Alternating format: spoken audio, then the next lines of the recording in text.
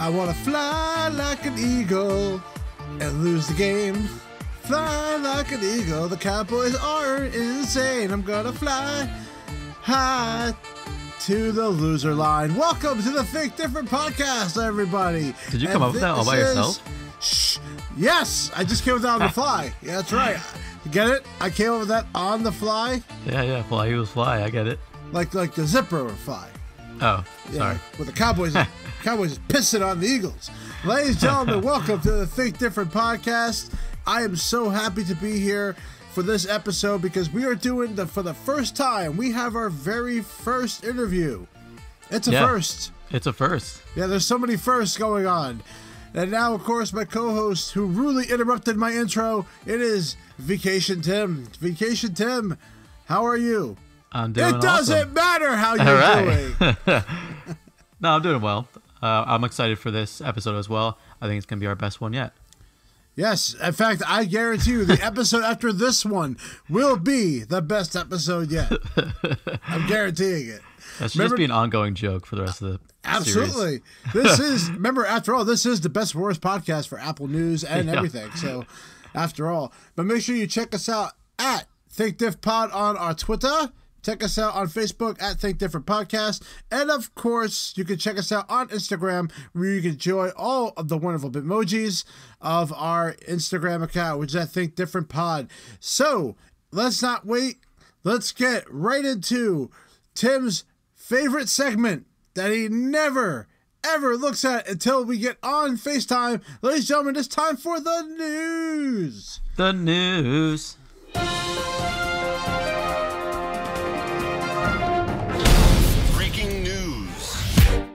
Hands-on with Apple's new Beats Solo Pro headphones. So Mac rumors, they're able to get their hands on the new Beats Solo Pro headphones. Major differences are it runs on a 22-hour battery life. It has a new transparency mode, and it is now noise cancellation. So the three different modes that the headphones can be put into is a pure ANC, which is in their noise cancellation mode. Then there's this transparency mode, which is actually pretty cool. So let's say you're on an airplane and you just want to hear what the flight attendant or the pilot is saying, but you don't want to take your headphones off.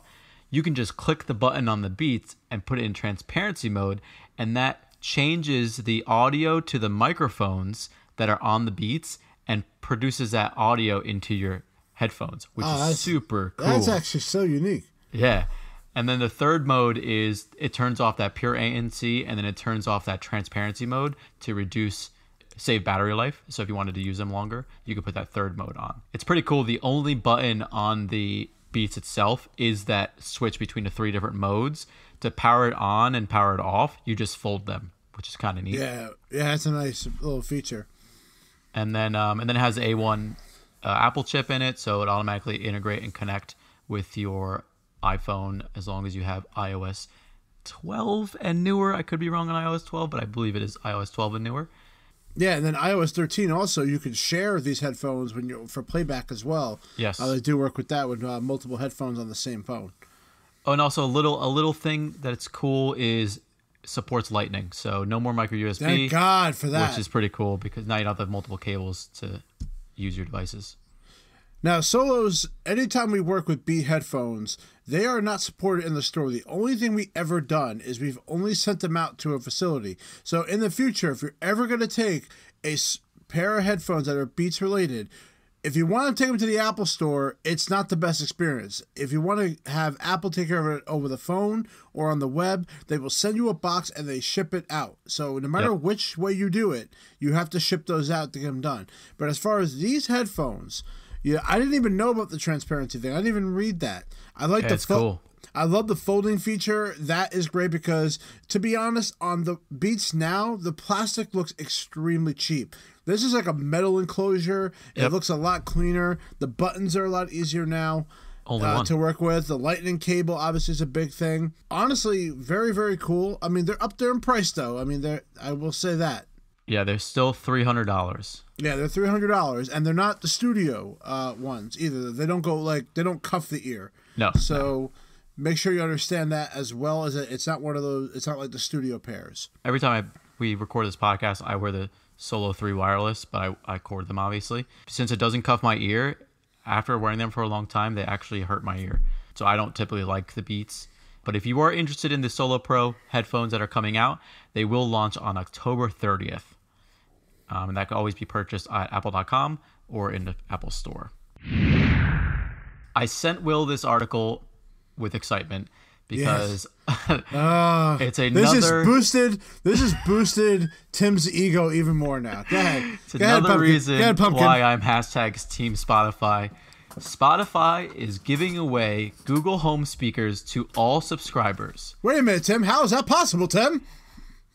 As long as you are a subscriber to Spotify or sign up before November 15th or until the Home Minis run out, you will receive a Google Home Mini for free. Free. Now, they usually mark it up at $29 to $39. But who doesn't like free stuff? Just because I'm a subscriber to Spotify, I get a free Google Home. Free. That's just awesome. Imagine why they are doing this is because the Nest Mini came out in their launch. That. Mm-hmm. And so they're probably replacing the Google Home Mini, so they're just getting rid of the stock of that. So the Nest Mini costs $50, and the Google Mini now retails at $29. Used to retail $50, but has gone down in price since then. If you're on the fence about which streaming service to use, Spotify or Apple Music or Amazon Music, wherever you're trying to find your own music, this could be a added addition that you get that free Google Home Mini. If you want to break into the market without putting too much money into the home automation speak assistant feature in your home. So it's awesome. It's so cool. Yeah, it's a good deal. I can't, it's a $30 savings you're looking at. So you have to, $30 from one person can be different from another. You have to sign up for Spotify. Obviously, you could just cancel after a month, I'm sure. Yep. Once you get it. So you're not like tied down to it. But it's a good way to get Spotify subscriptions. So you have to look at it like that. What makes me think about this is, I don't know if it matters at all, but I remember there was rumors when the HomePod was being released and stuff like that Spotify was going to come out with their own home speaker, and that hasn't surfaced at all. There's really no more rumors anymore. They kind of shot that idea down. I don't know if they're going to become a proponent of the Google Home Mini and exclusive integration with Google Home Mini. I'm not sure if they're kind of giving up on that idea of the Spotify speaker, but hey, it's just something to think about. It's just another speaker though on the market. I mean, there's so many out there right now. I know. Why bother? Honestly, what makes them special over everyone else? There's got to be some differentiator. There's got to be right? something, yeah. And honestly, but Spotify's available on every platform.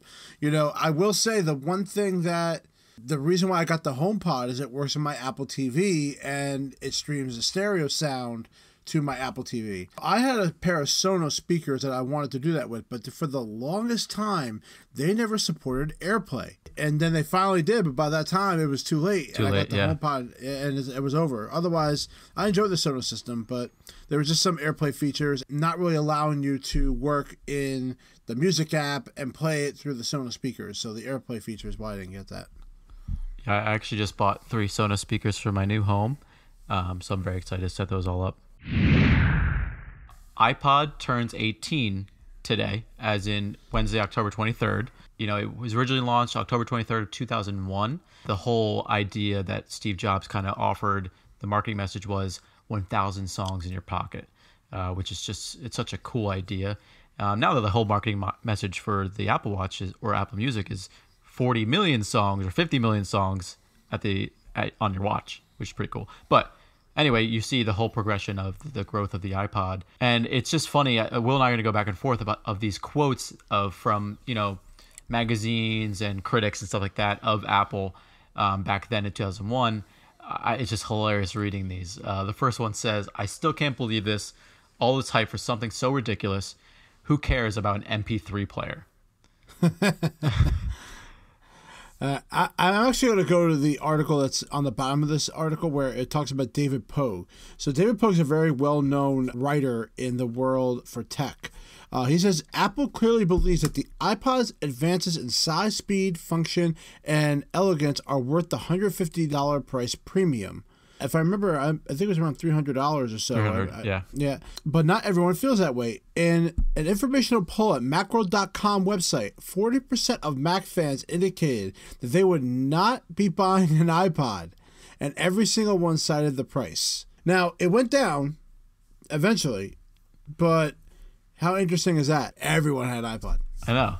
And it was that kind of thing where it's just the sleek design. You know, they were mentioned that there's other MP3 players out there that offered more gigs and more hard drives, but it was just that idea that this Apple iPod was revolutionary because it was just the look, the feel of it, you know, what you could do with it, you know, and then they allowed it to integrate with Windows. That was a huge barrier to the market in a sense, because if it only worked on Apple Mac computers at the time, you're only cornering a small portion of the market during that time. But then when they released support for Windows, then everyone had it.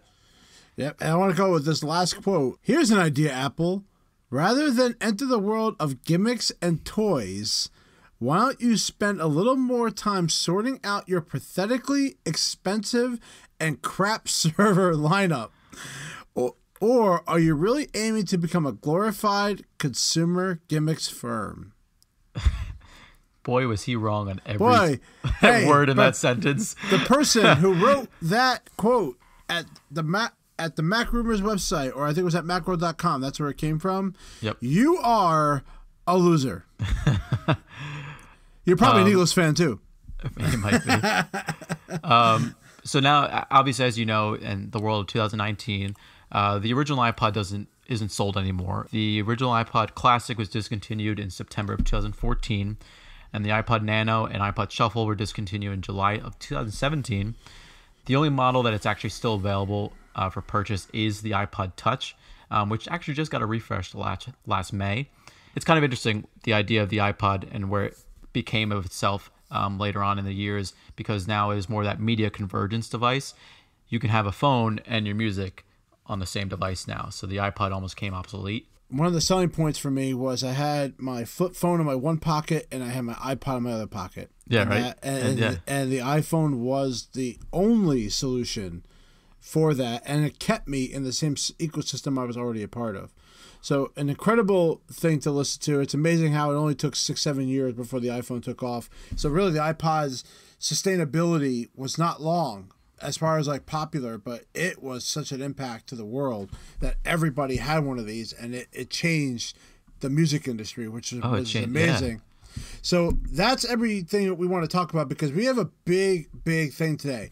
So we had to scour the world to find the best of the Apple Store former employees, and we found the one guy we both wanted to talk to. So the gentleman we're going to be talking to, his name is Frank the Funk, and he was a former creative at our Apple stores. So here is a special first interview with Mr. Frank Funk.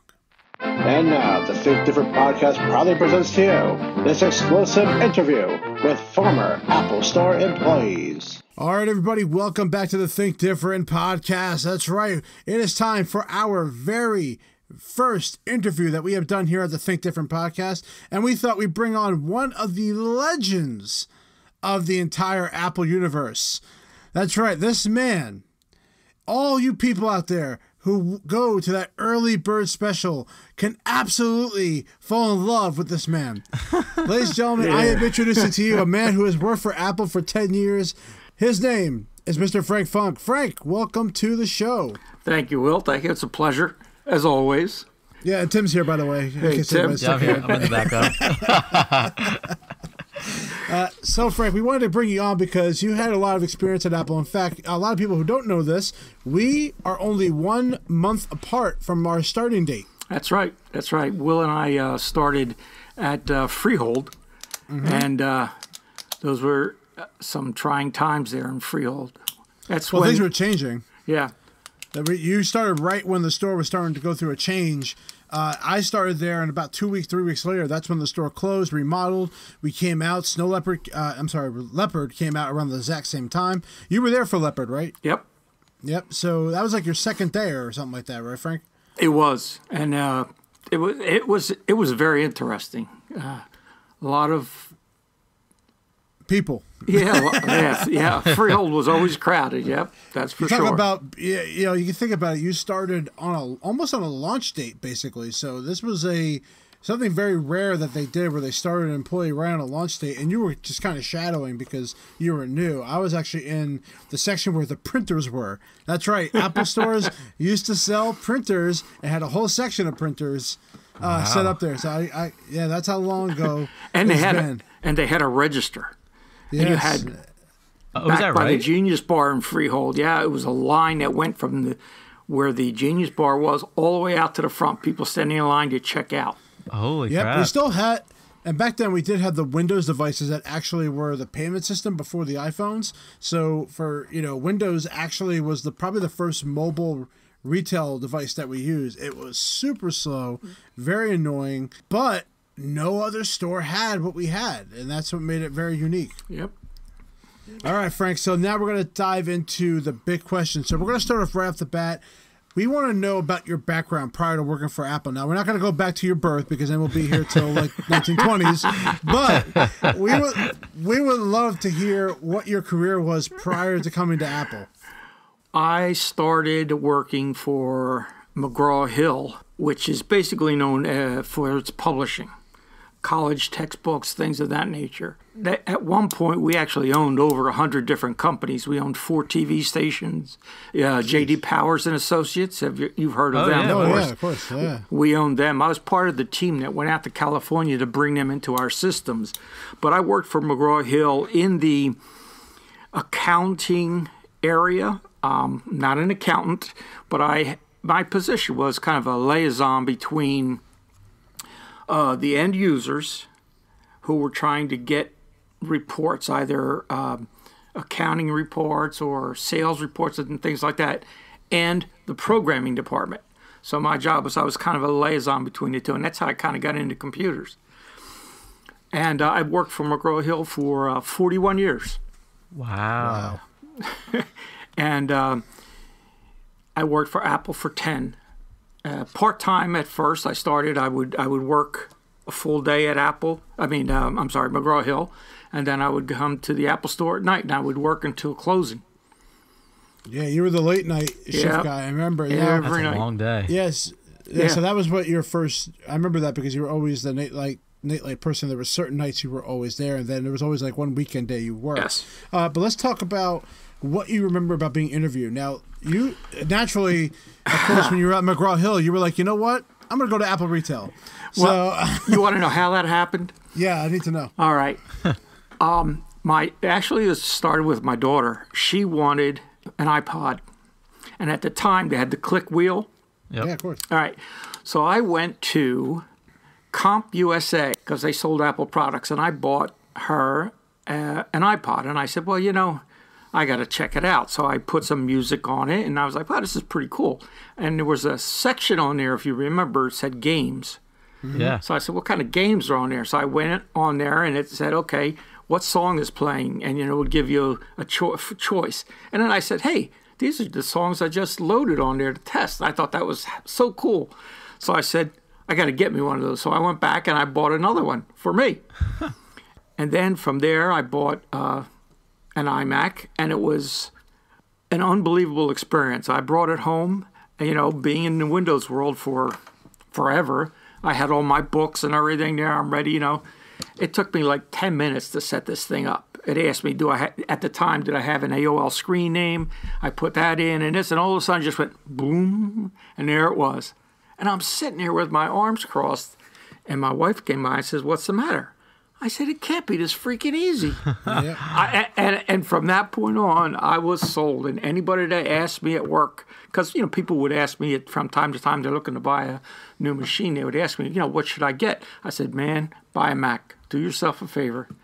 And so then at work for like a 2-month period, we were having all kinds of trouble with Windows. And I would get the blue screen of death like 3-4 times a day. And I just said, oh, my God, this is horrible.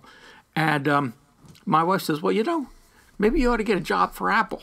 So one day, while they were fixing my machine, I went on another machine, went out to the website, filled out an application. And on my way home, who was that blonde that worked at Freehold? Amy Blaine. She called me and said, "Can you come in for an interview?" I said, "Hell yeah!" so that quick, huh? That quick. I was shocked. That quick. And so I went in that Saturday. Being from the corporate world, I had my shirt and tie on, and I walk in there and I went, "Huh, I don't know how this is going to go." Yeah. By the way, if you're going to go apply for a job for Apple, don't wear what Frank just wore. That's right. Yeah. And it was the longest interview I have ever had for a job. That day, I met with Dan, and Dan. Because we had 3 managers. Oh, my God. They were all named Dan. We did. And I was like, Dan Zadak. You remember him, right? Yeah, let's not bring that name up. All right. And I can't think of the other 2, their last names. The first name was Dan. But it was about a 3 to 3.5 hour interview with those guys. And they said, all right, well, we'll let you know in a couple of weeks. Then they called and said, okay, you got to go out to the website, fill out the rest of this information. And I did. And that was it. And I was hired. And then I came in and did a weekend for core training in Philly. Yep. They threw me into the fray. Yeah, so Literally. For those who don't know, the interview process, sometimes you meet with a couple different people. You also could, lately what they used to do was you would have a group of people together into one group, and they try to figure out who kind of works within the system, and then they go for an interview. So it's definitely changed throughout the years, but definitely the interview process is long with Apple, and you will probably, the big guys, at the very top to hire you, they literally would have the whole market leader interview you sometimes to go out there. So Frank, you joined up. Core training is very important. Apple does that for about 2 days, 3 days. Yep. Of learning what we call the Apple Steps of Service, and which sets, I think, Apple apart from any other retail environment. And you were at the Freehold store for quite a while, but you were always a part-time specialist. That's correct. So would you say there was a moment as a part-time specialist that really stood out to you? The worst thing that I had was on a Saturday morning. I made a mistake, and I had to return everything I sold. Oh, no. Ring it out again. And then I made another mistake. So I did it 3 times. Oh, man. And the guy was not very happy. And so I got... Really, Frank? Yeah. But... You charged his credit card 3 times, by the way. Yeah. But that was the worst thing that happened. But other than that...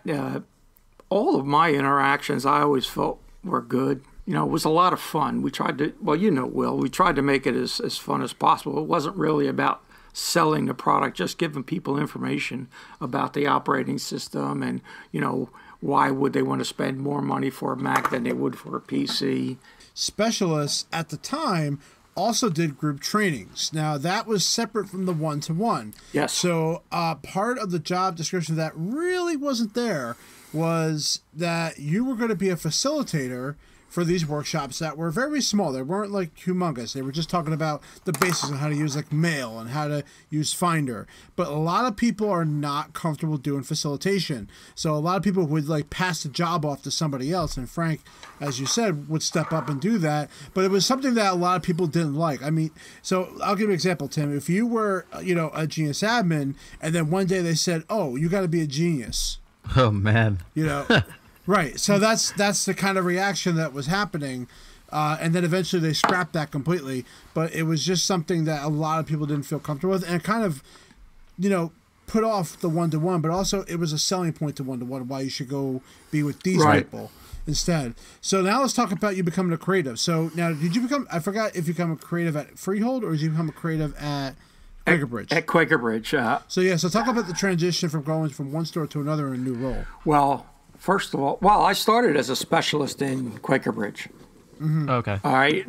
That was a strange process because I was unaware that when you transferred from one store to another, you had to be interviewed and accepted. Mm-hmm. Oh, yeah. I was very surprised at that, but it worked out. I was at Freehold for 5 years, and when Quaker Bridge opened, I applied there. I was accepted, and as a specialist. And then my job at McGraw-Hill was outsourced And so I switched to days. And then as I was working days, and I was, inevitably one of the creatives would call out. And I would say, hey, what is the session? I'll do it.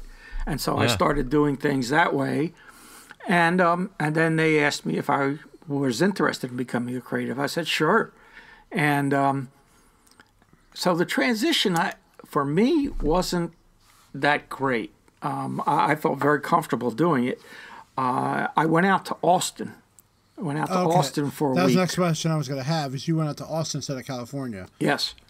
So talk about Austin a little bit, because I talked about my experience last episode on my trip to California, because I got to go out there for 4 weeks, 1 week as a creative, 3 weeks as a genius. So talk about the difference in Austin you think from other stories you heard. First of all, similar to yours, Will, in the sense that they bought you the tickets and you went out and you roomed with somebody. I met 3 other creatives at the airport. I forget exactly how that transpired, but because we only had one car. They rented just one car. Mm-hmm. Somehow I met up with these guys there, and the biggest thing I remember about Austin, other than the building itself, was it rained every day. It was, and there was a lot of flooding. So I was like, oh, I hope we don't get washed away.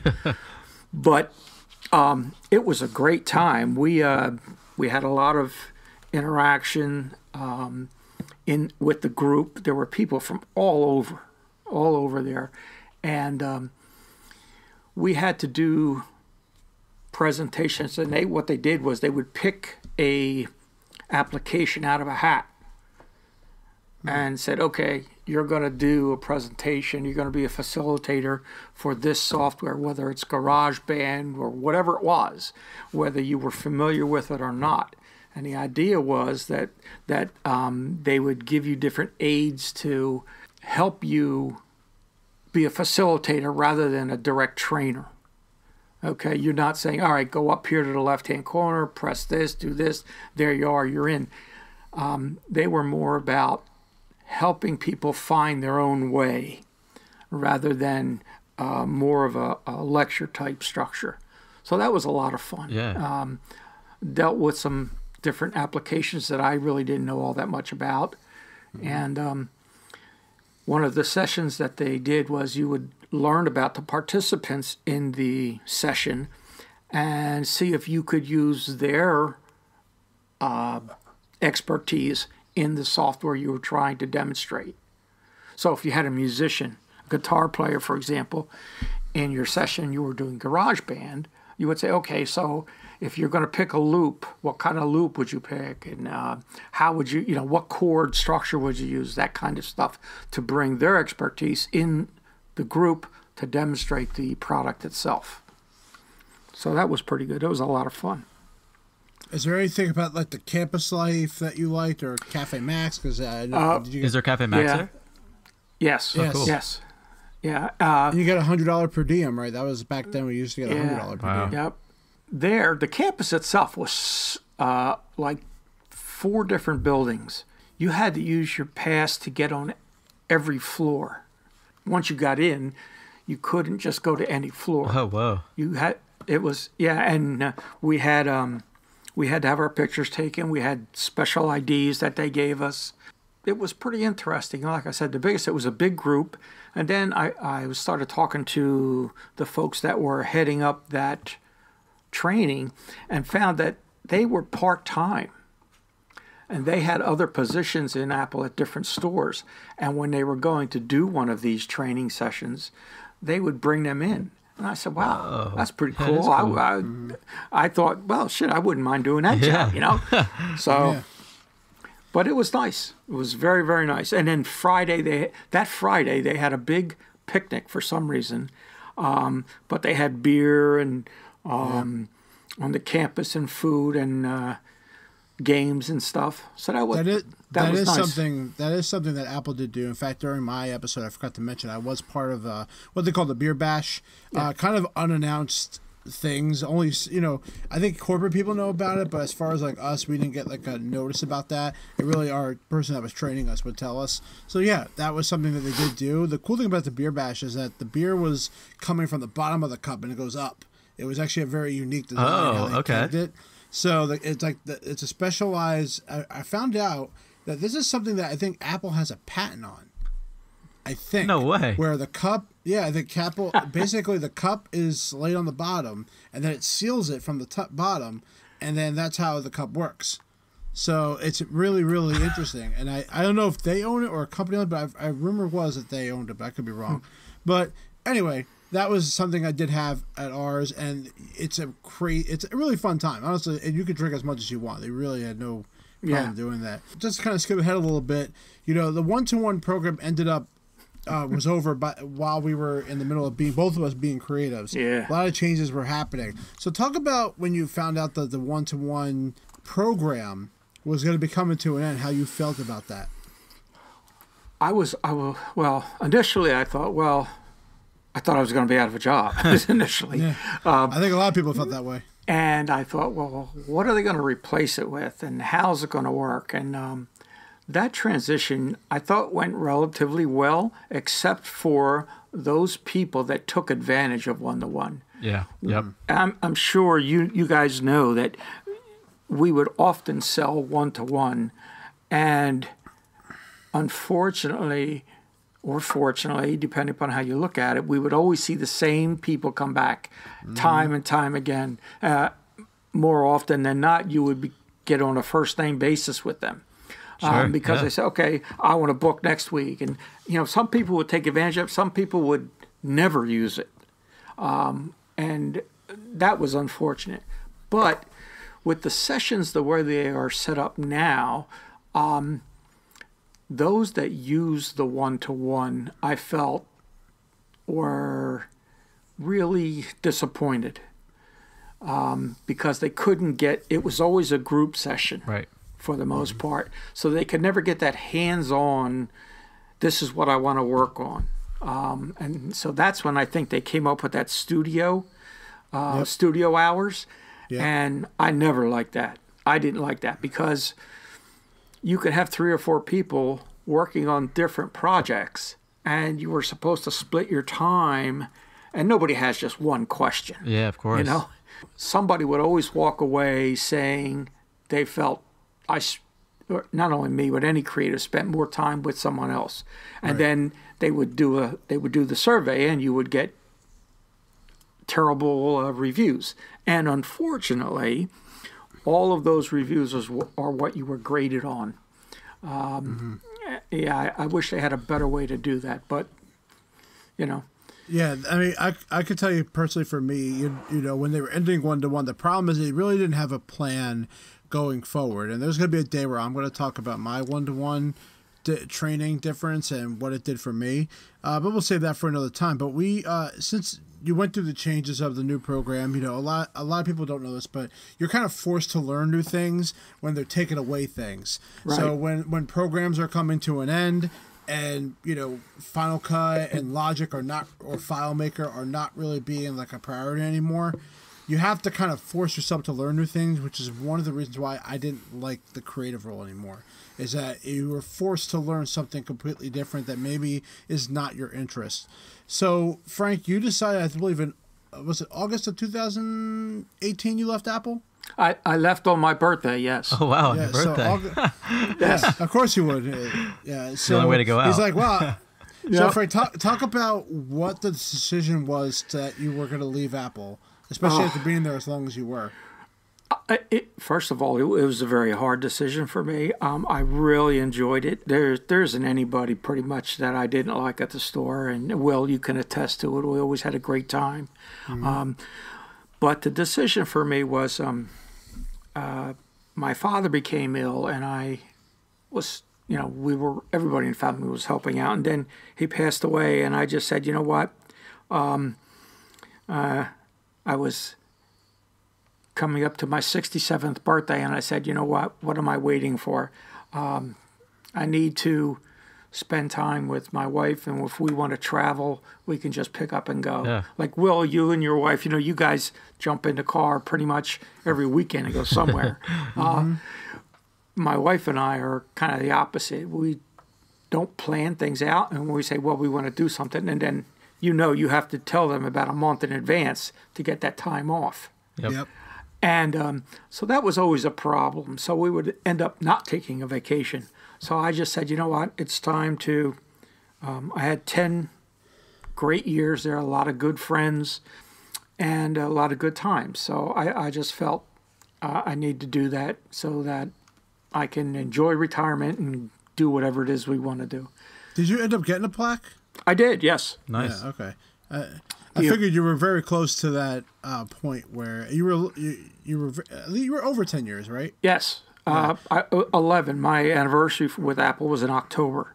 Right. Okay, so you were just short of the 11-year mark of that. It makes total sense. Really I mean, does. I never found you never really honestly told me why you left. I just figured, it was just your time because Yeah.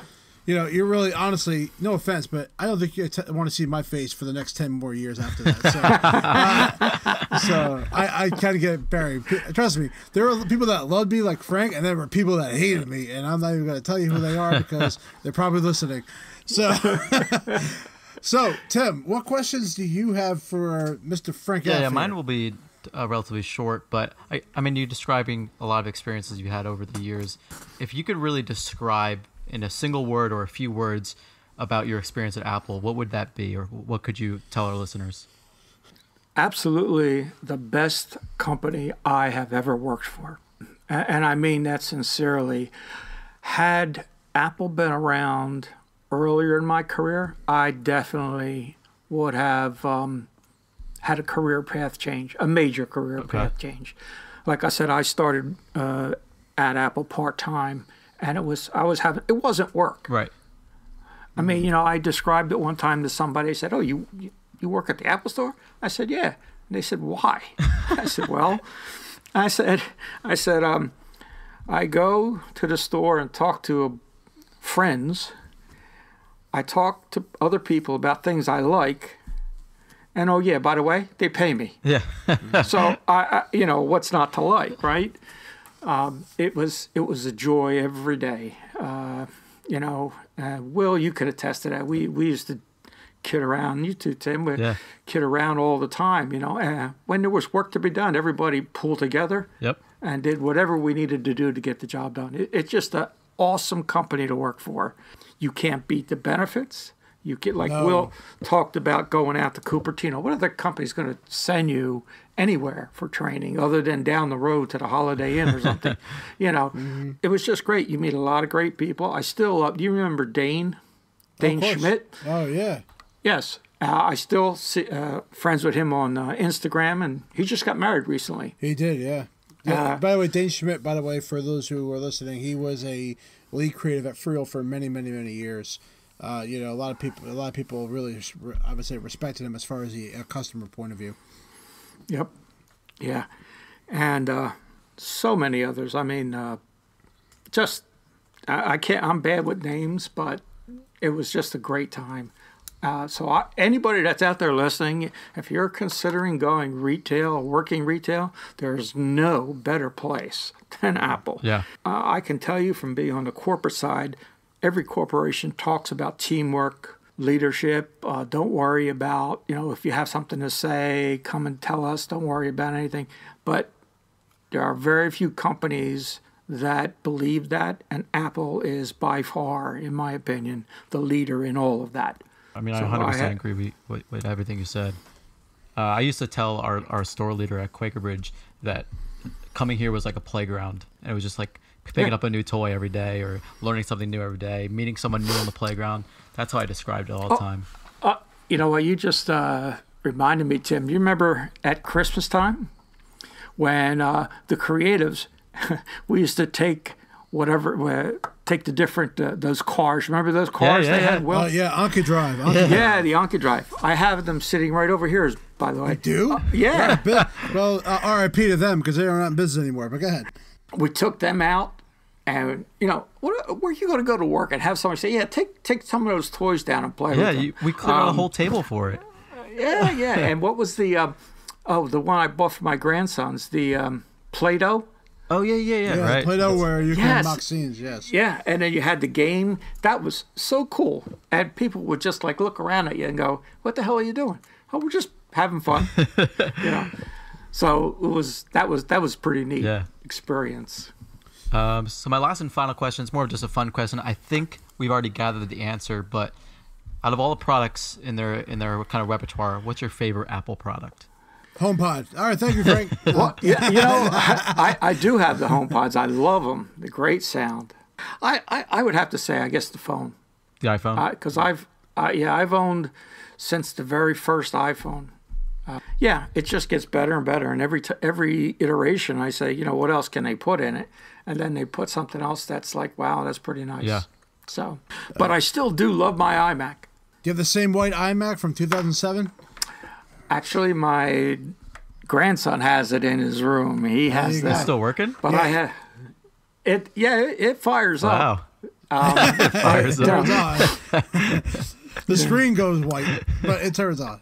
You know what my wife bought? She bought one of those clamshell laptops of Sure. the indigo blue and white. Yeah, the first iBooks, yeah. Yep. She has one of those, and it still works. Wow. Yeah, I actually have an iMac from right before they changed to that new aluminum model. So that was back in 2007 or 8. And actually, I worked at Apple 3 months after I bought it, and then of course they changed the damn thing. And of course they started saying, "Oh, you know what? We'll have Intel processors in it now." So, and that my PowerPC iMac still works. Yep. It can only run Lion, but it still works. Yep. So that's all the questions we have for you, Frank. We appreciate you actually coming Yeah, this on, was joining awesome. us here on the Think Different podcast. You know, hope we get more former employees to come out here and join us for it. Frank, do you have any last words before we sign off? Well, just for you two guys, I just want to, first of all, say thank you for letting me come on. And secondly, you know, I really, really enjoy your podcast. It's a lot of fun. Oh, we appreciate it, man. And I really, you know, try to get something out of it every week. So just keep me posted on Catalina because I'm holding off. Oh, don't worry. We are telling everybody right now, do not download Alina, because that's a... Remember, we have now coined it as Alina, and we can think of that two different ways. Don't talk about it, or it is shh. Yeah. So... No, we really appreciate the kind words, Frank. Thank you. Hey, guys. Yeah, thank you, guys. It's a lot of fun. It is a lot of fun. We enjoy doing the podcast. Make sure you check us out on YouTube at the Think Different Podcast. We will have this entire interview up on our YouTube channel. Check out us on Twitter at the Think Diff Pod. And then, of course, Tim, what's the Instagram page that we do our Bitmojis? Think Different Pod. Thank you very much. I'm just trying to test to see if he knows it. I know. And of course, Tim, are you going to be on vacation next week, or am I actually going to see you? No, you'll see me. The week after that, you won't, though. All right. Okay. Yep, Vacation Tim is going to live up to his moniker. And Frank knows that if Tim went on vacation at least once a month. Probably. Ladies and gentlemen, Frank knows it. So thank you very much for joining us for the Think Different podcast. You guys have a great night. Tim, go to sleep, and go Cowboys. Yeah. Peace out. Take care, guys. Thank you.